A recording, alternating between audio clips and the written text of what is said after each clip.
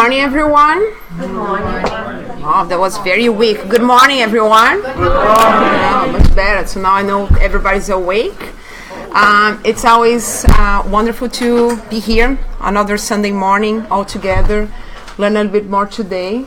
Today the lecture is going to be, we're going to have Denise helping us to learn a little bit today is if we should be worried about prophecies or not. It's a big topic. People think about it, what it is, what it's a prophecy, and Denise is going to help us today to understand that a little bit better. Good morning to all of you that are with us over the internet as well. We're going to have Livia starting with our initial prayer, and then we're going to do, initial reading, and then we're going to do our initial prayer, and then we're going to have our lecture, okay?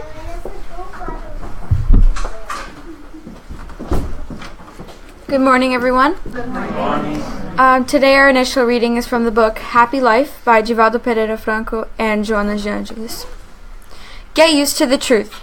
The habit of the white lie, also called an innocent or social lie, will lead you to more serious lies and push you into the swamp of calumny and frequent cursing.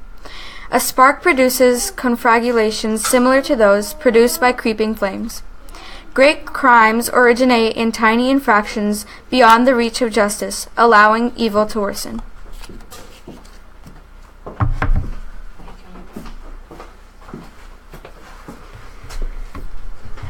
So let us all close our eyes and connect our hearts and our minds to God our Creator, to Jesus our Master, and to all the good spirits here present at TSS. Let's connect with the love that is present here right now. And let's ask God to help us to absorb the lessons that we're going to be listening to today, and that they can bring to us a little bit of comfort, hope, and can make us grow better spirits. Let's also ask that this light that shines here now can shine above all of those that could not be here today, and to all of those who really need this light right now. And so be it.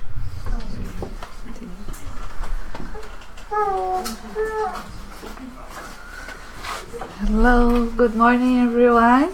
Good morning. I'm happy to be here. Just a second, I'll put my notes. I'm happy to be here today talking about this theme. Actually, it's a question. When I said the lecture me, it was this question. I was like, okay, am I supposed to answer? I don't know. So what I decided to do is bring you guys with the things I thought about when I listened to the question, so you guys can come to your own answers in the end. I don't want to be the one giving the answer. I can give my point of view, but I think that is a good way. When you have questions, they are there to make us think about it. And it's a lot easier just to receive the answer from someone else and say, yeah, that's okay. I think that when you put a real thought into that, we try to make sense from that. That's when the real truth that belongs only to us in our own evolution process will really be a valid one. So I'll start with the etymology, where it says prophecy. First is a foretelling or prediction of what is to come. So basically, what is going to happen, it's about future. We know the humanity loves to be guessing what is about to come. We had the oracles, we had in the human history, this sort of prophecies and foretelling about the future was used for kings and powerful people to base their decisions upon them. We also have the concept saying there is something that is declared by a prophet, especially a divinely inspired prediction, instruction, or exhortation. So as the oracles is the same, they believe that people that give these prophecies, they have a true communication line with God, and they're inspired to give that as the absolutely truth for the common beings if you don't have this sort of channel with God, then you are just a common person. So just listen who has. And the third one, divinely inspired utterance of revelation, oracular prophecy. So everything is still showing this connection between us and God. And then the action, function, or faculty of a prophet, right? So when you think the prophet, because in the first one, when they say the foretelling of prediction or what is to come, any medium, anyone that says that communicate with the spirits or says that know about, has this sort of insights about the future, there is this premonition thing, is also a prophet. But actually, when you think about the word prophet, we really think about this connection between man and God. Like the chosen ones are the prophets, and they are the ones that has this communication with God. But as Spiritists, we know that it's not really how it works, only chosen ones, because God loves everybody equally. Why do we choosing one as like maybe people consider it like, oh, this one was chosen because he knows more or something else? But we need to take this in sort of consideration as well, right? And then when you think about the historic aspect of prophecies and the impact that they cause in our humanity life here on earth as we know it. So I decided to look into a little bit deep into some of the famous prophets that or prophecies that was brought to us in our history. One of the most famous is Nostradamus. He did this book full of prophecies, and some of them came to be true, some of them came to be not. One of the most famous one that really happened, they say, was the French Revolution, where he said in his book that from enslaved and popular songs, chants and demands, while princes and lords are held captive in prisons, this will be in the future by headless idiots, be received as divine prayers. So he put this in his book, and they end up doing this connection between this sentence and the French Revolution that happened in 1789, when the French people decided that they had enough of aristocratic rule and revolted. The peasants, enslaved populace, took control of Paris and forced their demands on royalty. So they got that sentence and they associate with the French Revolution. Okay, another one is about Hitler. He did a prediction that from the depths of the west of Europe, a young child will be born of poor people. He who by his tongue will seduce a great troop, his fame will increase towards the realm of the east.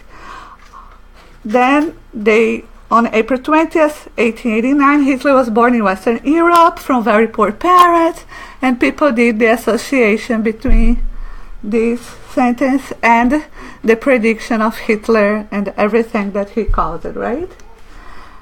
And when we keep going, we go back to the Bible, right? We had so many others. We have the Mayan civilization that did this end of the world's prophecies. Everybody once in a while shows, oh, today is the end of the world by this prophet or this civilization, and we are still here. So let's move on. Right.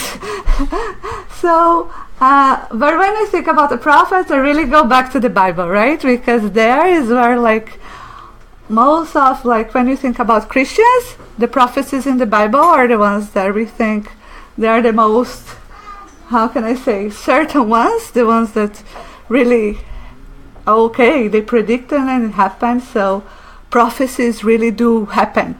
And Abraham, he was a patriarch of the Israelites, lived about 4,400 years ago. He's the father of Isaac and Ishmael, and the grandfather of Jacob, also known as Israel. There is the father of the 12 tribes of Judah. And then his predictions were that the people of Israel would have a worldwide impact. So he told that in Genesis chapter 15, verse 5. The counting of Abraham's descendants would be like counting the stars. He also said in Genesis, Abraham's descendants would have their own country. still working on that, I think, Genesis, and father of many nations. So, okay, he did the predictions, but I can tell, like, when I'm reading these, I think they're so open to the possible. Of course, when you have so many descendants and come, and something is kind of common sense, others really come out of it, but right. Then we have Moses. That is considered one of the most important because he is considered the one that did the prophecy about Jesus, the first one. We had John Baptist that also talked about Jesus, but Moses was kind of the first one that talking about the coming Messiah that people associated with Jesus, but other people don't believe there was Jesus is still to come, right? But the people that believed in Jesus associated with Moses' words when he said that the Messiah was about to come, and they believed that Jesus was the fulfillment of the Mosaic prophecy. Then we go to Jesus, because when I read about Jesus, I don't think him I wasn't thinking him about like a prophet. He was prophesied before by people that he was about to come, but I really didn't thought him as someone like doing prophecies all the time. But then actually there is the people actually understood the things he said, just because even though it's a short future, was already prophecies. So the ones that they think was the most important prophecies or the most accurate prophecies done by Jesus was first that his words would be everlasting, with the sort of evolution that Jesus had and the impact that he need to cause here. Like, we know that everything that he said was so precisely for that moment. So he knew by his heart that he was here committed to do God's work, and his word will be everlasting. So I don't think this is a prophecy. I think he knew by his heart that the impact of talking about love and all this outcome that will come from it would be the impact of love will be the remain of his work. He also told about the betrayal of his disciples, but everything that he did in this aspect was right before it happens. He didn't met the disciples say, "Hey, are you going to betray me in the future?" No, I'm letting you guys follow me, but I know everybody's going to betray. No, I think that he told that to the disciples in a way that show, I know what's going to happen and I still love you. He wanted to leave his words for the disciples in a way that I'm telling you that I know that you guys will not be perfect, you guys will be failing on your faith on me, but I still love you. Even though I want to say these words while I'm still here with you, just to confirm, don't get doubts, I still love you. And then he also told that one of his disciples would leave him, there was Judas, that Peter would deny him 3 times, and everything he said like in the right moment, a little bit before it happens. When he told Peter, okay, you're going to deny me 3 times, he was like, of course not, Master, I love you, I'm not going to. And like the same thing, he was emphasizing, and I'm still going to love you. And I'm still here loving you, even though you're going to do that. And when the moment comes, he trembles, but he really did deny Christ 3 times. He told that he would die in Jerusalem, so we know that when he came back to Jerusalem and went through all that path, that one day he comes there and is acclaimed by that multitude that receives him and wants to touch him and put him on that pedestal. The other day he's crucified. And I imagine that for this disciples was even more hard to believe that someone that was received so well one day would end up dying and crucified. And he knew that, and he told them that, probably already to lower their expectations. Because he came there like as a pop star, and it's like, don't believe. Don't look to this and think that, oh, from now on I'm going to rise. No, that's not. The past is completely different, and you need to be aware of it, right? And he thought that he'll be dying in Jerusalem, and that really, really happened. So when I think about the prophecies as well, then we go to Spiritism. Because Jesus did the prophecy about Spiritism. He didn't use the word Spiritism, but if you see in his talk with Nicodemus, where he's trying to explain reincarnation to Nicodemus, he says that you guys are not prepared to understand it now, but the revelation will come when the time is right. So there was the moment with Allan Kardec was a moment considered right, and that's when it comes. So let's see what the books from our codification tell us about it. So first, Genesis, right? When you think about Genesis, the book of Genesis, the miracles and the predictions, according to Spiritism. So it's already talking about this prophetic, it's talking about the miracles, but also these prophecies, right? And there they say the faculty of foretelling the future is one of the attributes of the soul, and is explained by the theory of foresight or prophecy. Jesus possessed it, like all the other gifts of the soul, to an eminent degree. He has then been able to foretell the events which would follow his death, without in this act doing anything supernatural, since we have instances of it in the most common conditions of life. It is not rare for individuals to announce with precision the moment of their death, because their soul, for the time emancipated from the body, is like the man of the mountain. Chapter 16, number 1. It can see the road passed over and the end. So what Genesis brought to us is that it's nothing special. It's something that if you want to see, if you let yourself, open yourself to that perception, and we know about the things about if you deserve, if it will be good for you too, right? You will know. You will be having that insight. I'm a person that I don't have too many. I'm not a dream person. I don't have insights. I never had a premonition. But when I think about life itself, how many moments of my life I can tell you that it happens. I don't know how, but everything worked out. In that moment there was okay, everything worked out.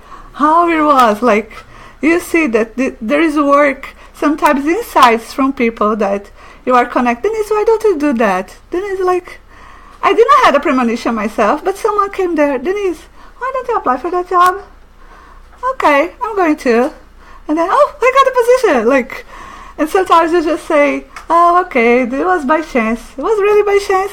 Sometimes we really keep trying to find excuses not to believe in the law of love. That is the main thing. But it's there all the time. And God is always doing his work through it, right? And then in the Spirit's book, we have the question 624 that tell us what are the characteristics of the true prophet. And they say, the true prophet is an upright man who is inspired by God. He may be recognized both by his words and by his deeds. God does not employ the mouth of a liar to teach the truth. So is really looking for the moral values of that man, right? He cannot be talking about God's work. He cannot be there doing these prophecies in name of God if he doesn't have the moral to back up him. So it's a good way for us also to make difference between what we can consider as a right prophecy and the wrong one. If someone that do what I say, don't do what I do, that is not God's work.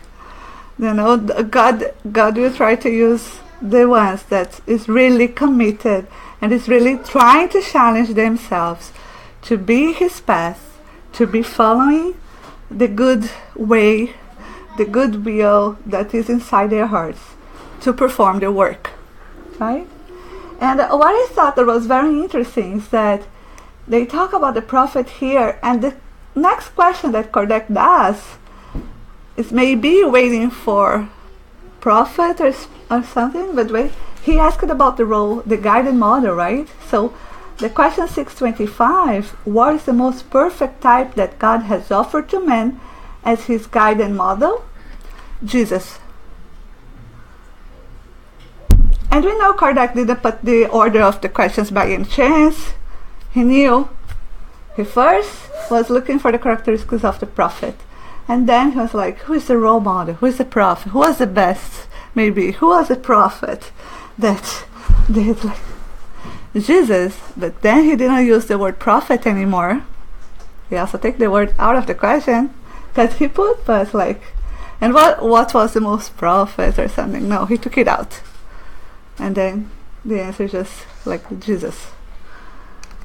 And then the next question, and last one for this first book, where he say, have the divine or natural laws been revealed to men by Jesus only, and had man before his time no other knowledge than that given them by intuition?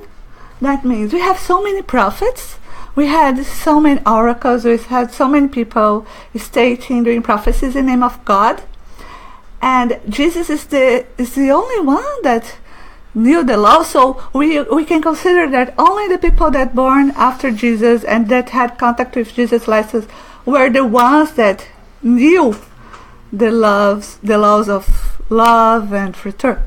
Only them, only after Jesus came to teach us. And then they say, have we who told you that those laws are written everywhere? All the men who have meditated upon wisdom have therefore been able to comprehend and to teach them from the remotest times. By their teachings, imperfect thoughts, so they were. They have prepared the ground for the sowing of the seed. The divine laws being written in the book of nature, it has always been possible for men to know them by searching after them. For this reason, the moral precepts they consecrate have been proclaimed in all ages by upright men, and for the same reason also, the elements of the moral law are to be found among every nation above the barbarian degree, although incomplete or debased by ignorance and superstition. So the laws were always here. When they say, and all the men who have meditated upon wisdom, they were able to comprehend. Anyone that really put in effort decide to stop a little bit and think about how God's love and mercy works, or like thinking about the true meaning of life, they come to this comprehension of God's law, of the basics: respect one another, love your brother as much as you love yourself. So that brings your self-love in consideration as well, like the nature, appreciate God's work, take care, contribute for your community. If you think about all these concepts, all the laws that the Spiritist like reading to us, and Jesus mentioning his time during earth, we knew it by heart, was already reading inside of us. But of course, we had like the passions, we had jealousy, we had envy, we have these other things that block us from get connected to this more pure side of our connection to God. We get distracted by it, and it's a very powerful force that really can take you out of the way that can bring the true happiness. We get this false idea of a temporary happiness, right? And it's so important that we can understand that by our heart, we don't need to be always in the moment that things get complicated and everything. We can go to the gospel, we can read, we can try to get some inspiration, but when you do the true prayer, asking for guidance, this little light will bright inside us, trying to bring these laws back to our mind in a way that we can rationalize and use them in our favor, in our way to evolution. And in the Gospel, they have the chapter 21 that talks there will be false Christ and false prophets. So they have a whole chapter talking about it. And there they mention about the mission of the prophets, where they say, the gift of revealing the future is generally attributed to the prophets, so that the words prophecy and prediction have become synonyms. In the evangelical sense, the word prophet has a much wider significance. This name is given to all those sent by God with the mission to instruct mankind and to reveal both that which is hidden in the mysteries of spiritual life. Therefore, a person may be a prophet without making any predictions. So, a person can be a prophet without making any predictions. That makes me think a while, right? How can you tell yourself as a prophet if you didn't? Why? Because you can make your work be the prophecy, right? When we think about Kardec, he didn't have mediumship. He wasn't the one contacting the spirits. He had the mediums. He formulated questions. He had the inspiration and guidance, but he wasn't the one communicating. But he let himself be guided by the law of love. He put so much love into that work, and that is the cause that makes the codification be as great and impactant as it is, because behind it is the law of love that driving him through that way to go through it. And for me, he was an example of a prophet without making any predictions himself, because he was always making questions and more questions and more questions. Sometimes you can see like he repeats the same question 3 times, and the spirit say, I already told you this, la la la la la la la. And he's like, okay, let me try another way to ask the same thing to see if I find any sort of contradiction. He was always like to think in a scientific way to make sure his work was like accurate, was precise. He wanted to bring that certainty to the people that didn't have the faith in the beginning, right? Divaldo tells a story that when he was started the Spiritism, and then he was told, he was asked a question, he didn't know about it, and then his guiding spirit told him, you need to read the Spirit's book. And he's from a small town inside Salvador, Bahia. He was young, he's 90 years old now, so he wasn't like easy to find this sort of books. And then he started to look there, and he thought about 2 months after, that's when he found the book. And then he read one time. He thought that when he looked the book, oh my gosh, the small letters, there's no figures. I like to read like GBs, like cartoons and little stuff. And then comes that big book full of small letters, no figures. Okay, here I go. And then he read the whole book. When he finished, he like, okay, I finished the Spirit's book. Which one should I read now? The Spirit's book. But I just read it. You need to read it again. And then he read it. And then, okay, now I'm ready, right? And then he went to give a lecture to, was a graduation of medical school in the University Federal of Bahia. And he told that he was there giving the lecture. And then at the end, the students lined up to do questions. And came this student and did a question about physical quantum physics. And he was like, oh my gosh, I thought that by this time I knew a lot, but I have no idea what he was asking me. So he thought that he used that, these guys, when someone asks you something, you return the question to the person. What do you think? and then he got away with it. And after that, he was asking the mentor, like, I didn't know the answer of that question. I read all the codification. By this time, I read so many books, and I don't know this answer. And he told, like, in the Spirit's book, there's no mention to quantum physics. Well, and he told, yes, there is. They didn't use the term quantum physics, but it's there. The concept is there. They didn't use this because it wasn't used in the time, but it's already in there. And then he thought, okay, I'm going to read again. So I can really make sure. So it's a lot of effort that you need to put. When you think about the codification, you think, oh my gosh, it's 5 books. Like, it's okay, but the depth of that question. We have the studies here every Wednesday of the Gospel.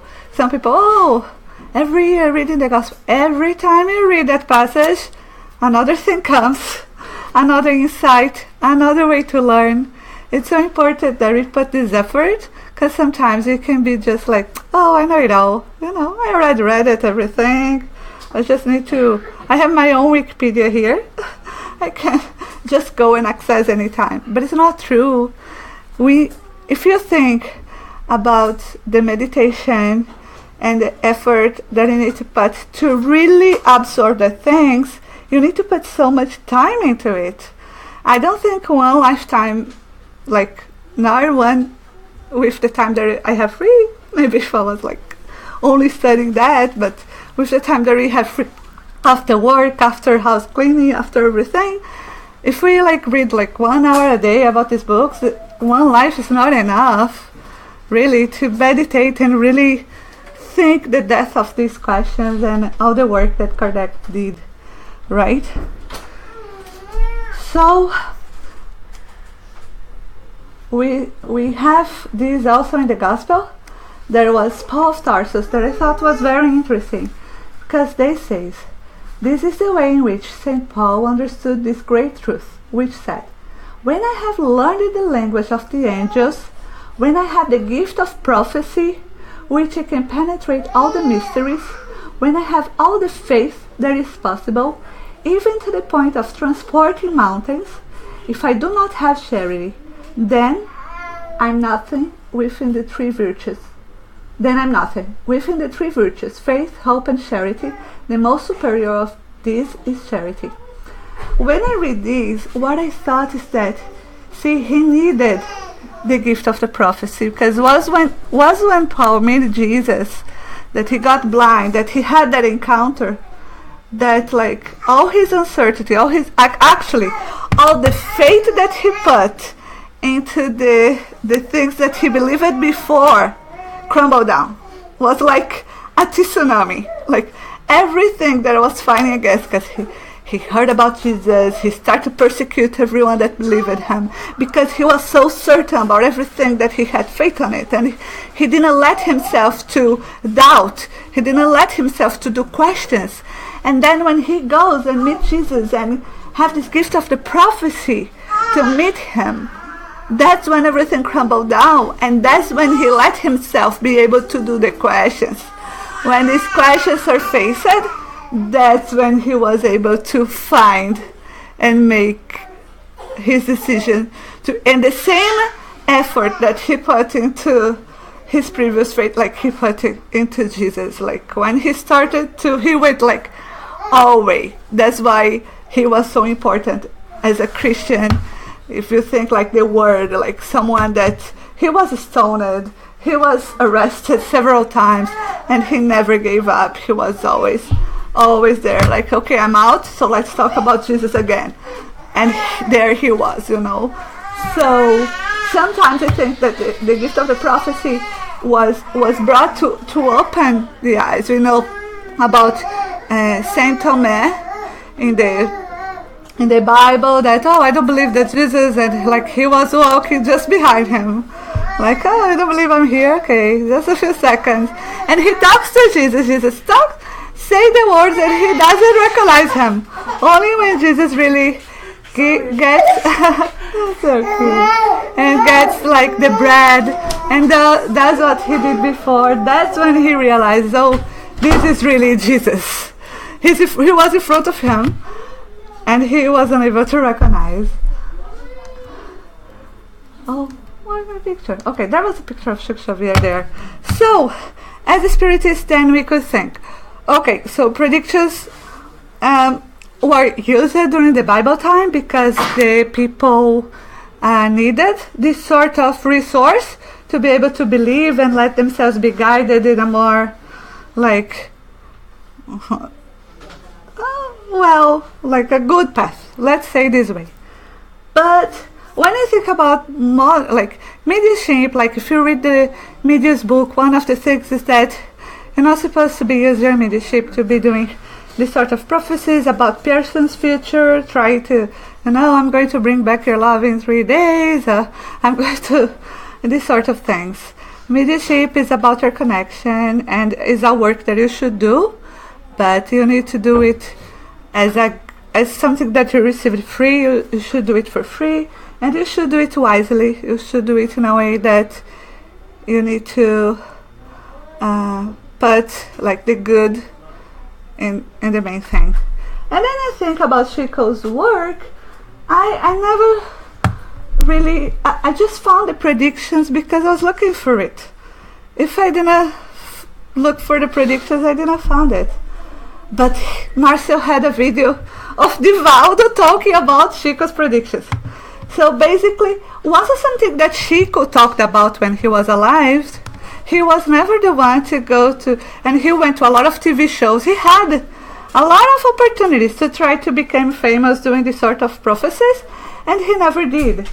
But actually, one of his friends, named Geraldo Lemos Neto, he was the one that Chico told to him about the predictions.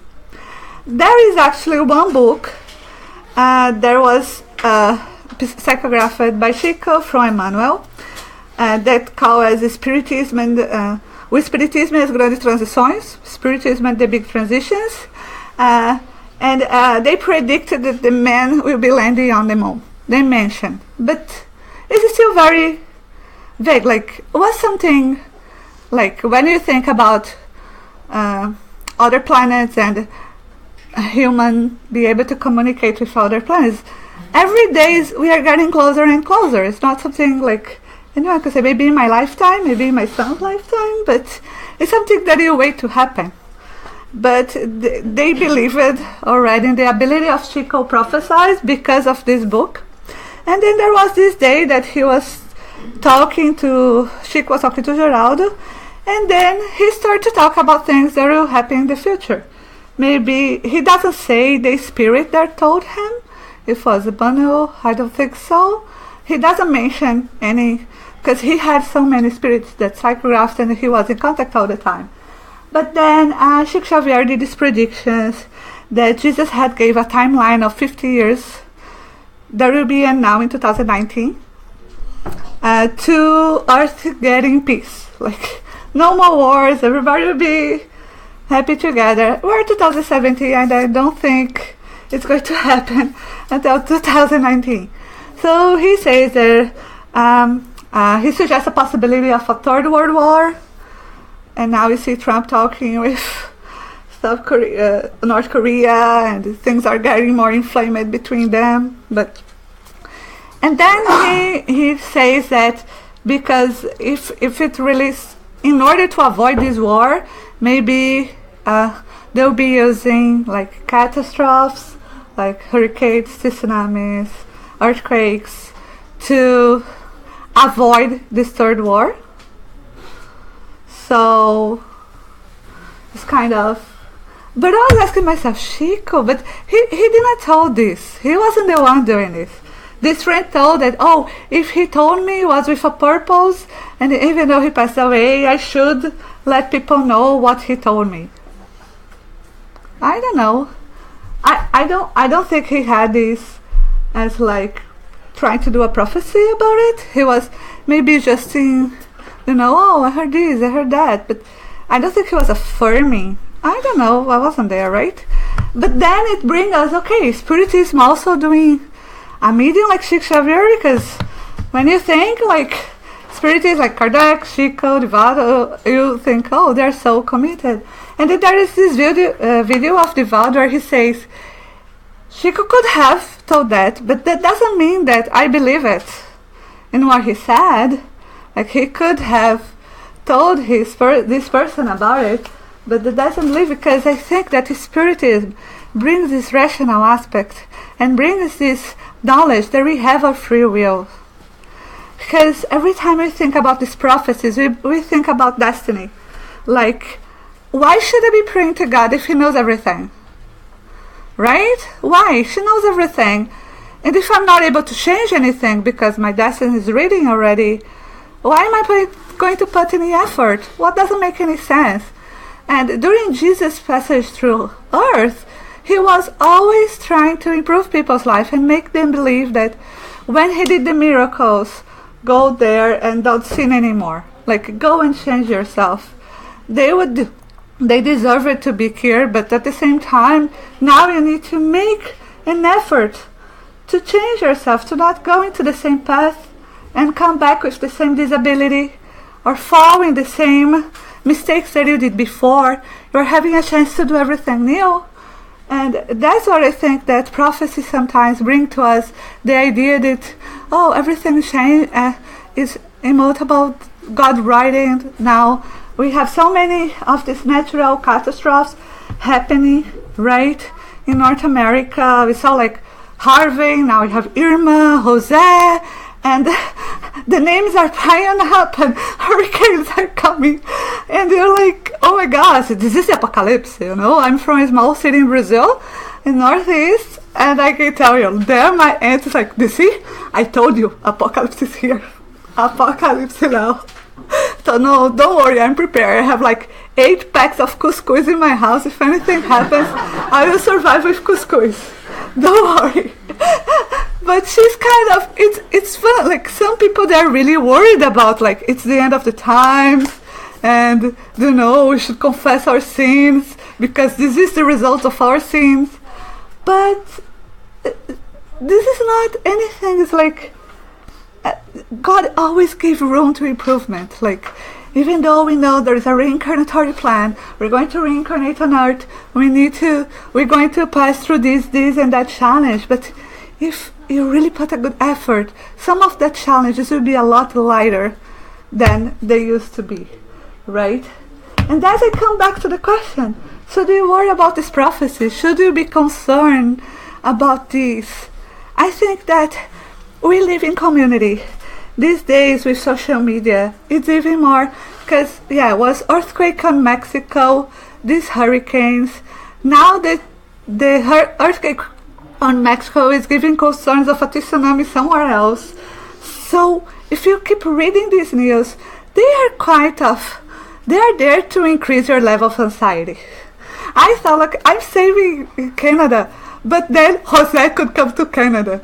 My family already put something on, show up on global news. The tornado Jose is going, and if it gets strong, it's going to affect Canada. It's like, I'm so happy that I just have a lake as a beach.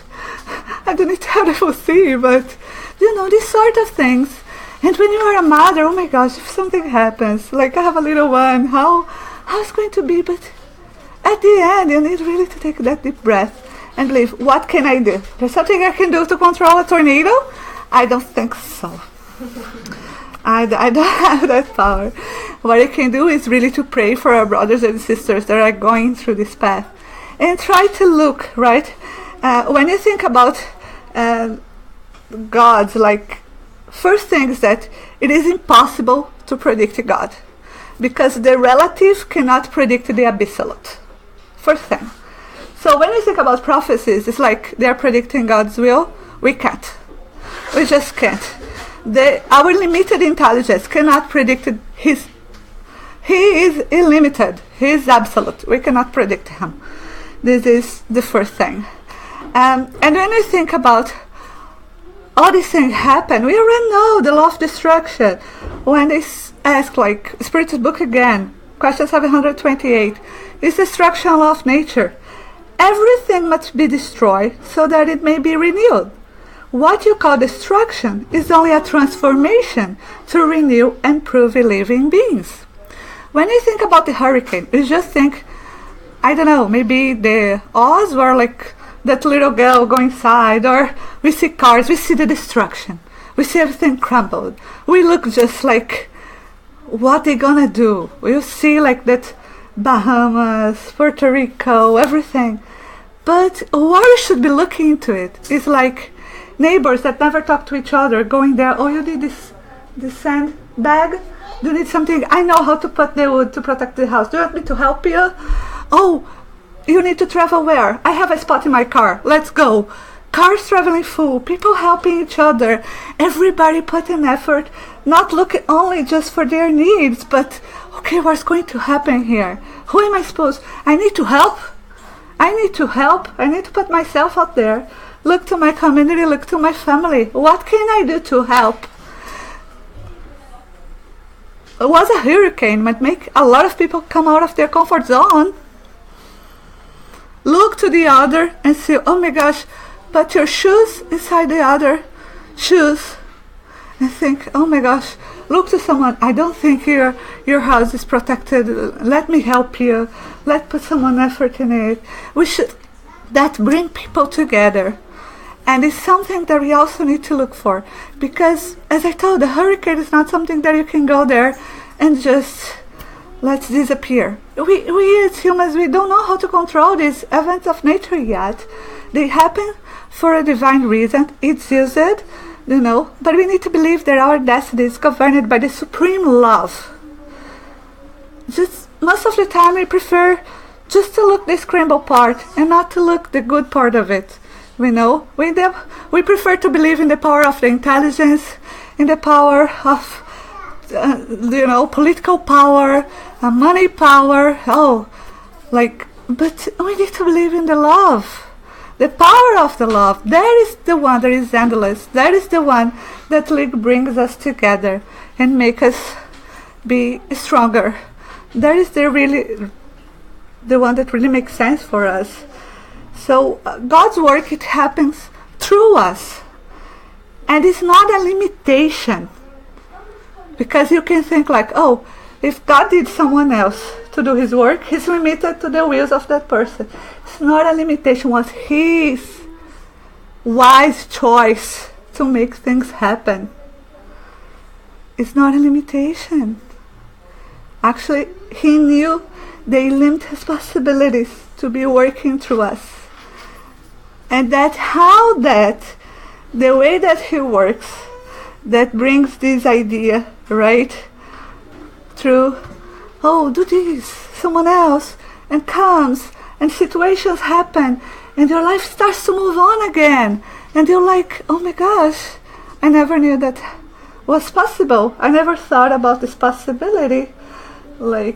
Haroldo tells that, he had an argument before, because when he was still studying and trying to put himself professionally, he was told oh, it's going to have this test to be a judge. Why don't you do it? He was like, what?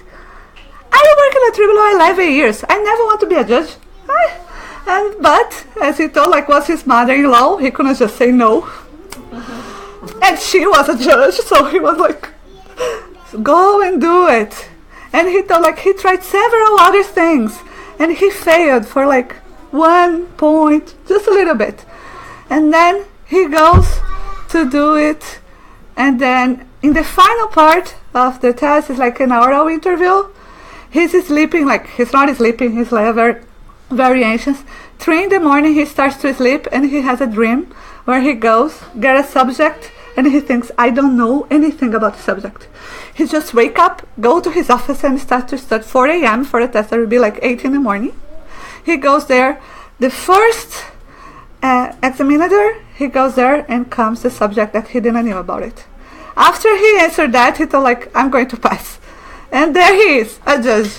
Something that he avoided. Sometimes you see, there's so many open doors around, but we get stuck into that closed door, why don't you open for me? Hey, come through this door. No way. I want this one.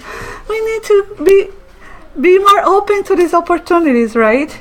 And how this destiny, these things happen, it's just we are in part close and permitting ourselves to go through it. There's another good story about destiny. This one is with Chico. The name the name of the guy is Orlando. He told that he went to visit Chico, and was there big line, like 3,000 people in the line. And there he's in the line. And then when he's getting like already in the morning, he spent the whole night in the line. In the morning, when he's about to talk, Chico touches his arm and say, "You're going to have lunch with me. Don't worry." And then he gets so excited, "I'm going to have lunch with Chico." And then he goes to Chico's house. When he's there waiting to go inside to have the lunch, comes this lady and say, "Who are you? I need to talk to him. If I don't talk to him," like he says that the pain in the woman's face was like touchable. He didn't touch, but he could see the pain in her face. And she shows his bag and say, I don't know what to say in English, chubinho, he had like a poison. And he told himself, like, if I don't talk to him today, I'm going to kill myself. I don't have strength to fight this pain anymore. If it's to be living like that, I'm going to kill myself. And they are allowed to say, "Oh my God, what am I supposed to do?" Like, I'm not the one defining who's going to talk to Chico.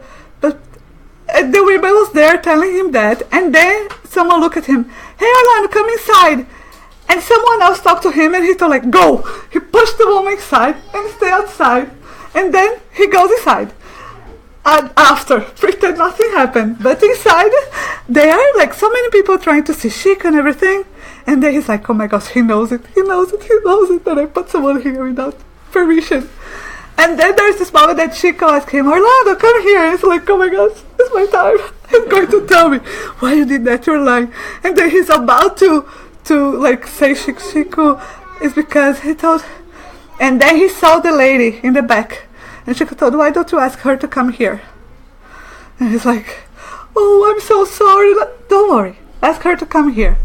And then she comes, and then Chico talks to her and tell, "Why are you letting the pain take over your life? You need to resignate. You need to understand God's plan." And she had lost her son. And then he says to her, "Oh, your mother, Ambrosine, is here. She told that she would try to bring your son from the hospital to give you a message later on. So try to calm down." And then the women stay there. And the first message in the night is a message from her son, 34 pages. He gives a message to her. And when she's about to leave, she goes to Orlando and says, "Thank you so much. I don't need any of this anymore." And she throws away all the medication that she had in her purse, all the poison that she planned to kill herself. And she went like light. And then like, you think, we're talking about a line of 3,000 people. It's a lot of people. Why approach that person? Do you know, there is no, it's a time that we need to believe in the divine providence. That is what is true. Is to do that prayer. Ask for your guardian angel. Ask for that moment of quiet your mind and try to look at things in a different point of view, right? And just to end, there's no translation of this book. It's a book, Mãos Marcadas, by Eymael. And there is a really beautiful message we can call it marked hands, I don't know. But there's a chapter called Spiritual Assistance. And I didn't do a translation, like a professional translation, but it's a very beautiful message, and I try to bring, it's Eymael, right? So the words are quite particular because he has a very vast Portuguese vocabulary, and to translate for English is quite a challenge, but I try to bring the meaning together to read for you here. So he says to us, "The same way that our incarnate companions, we as discarnate also suffer the challenge of rude problems that are sent to us from north, anxious to see them with a definitive solution. However, we need to get in conformity with our own deliberations that life demands. Often we tremble at the dangers that unfold us before loved ones, and we don't have another resource to settle down the soul, but the prayer, asking for the acceptance of eternal wisdom. We follow the course of unpleasant events between brothers who share us ideals and tasks. Understand that any just sacrifice would be a blessing to us. Then, to the conflicts that hurt their sensibilities.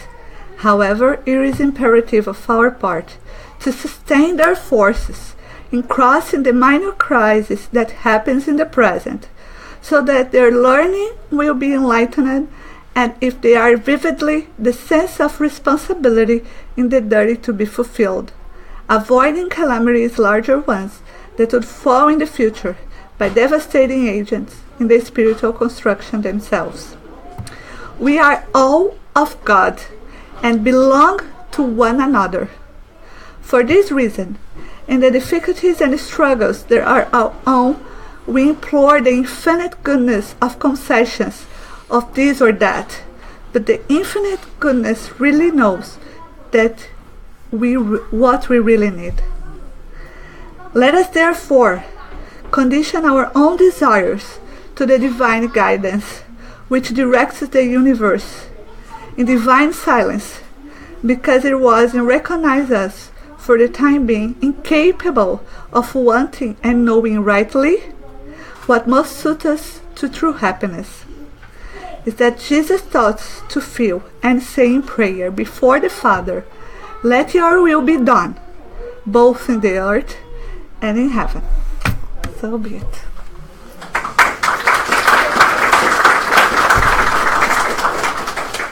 Thank you, Denise, for a wonderful lecture. Do you have any questions or comments on the internet or? Okay. No comments, no questions. Okay. Safe. Okay. So let us prepare for the passes. Okay. Thank you, Denise, again.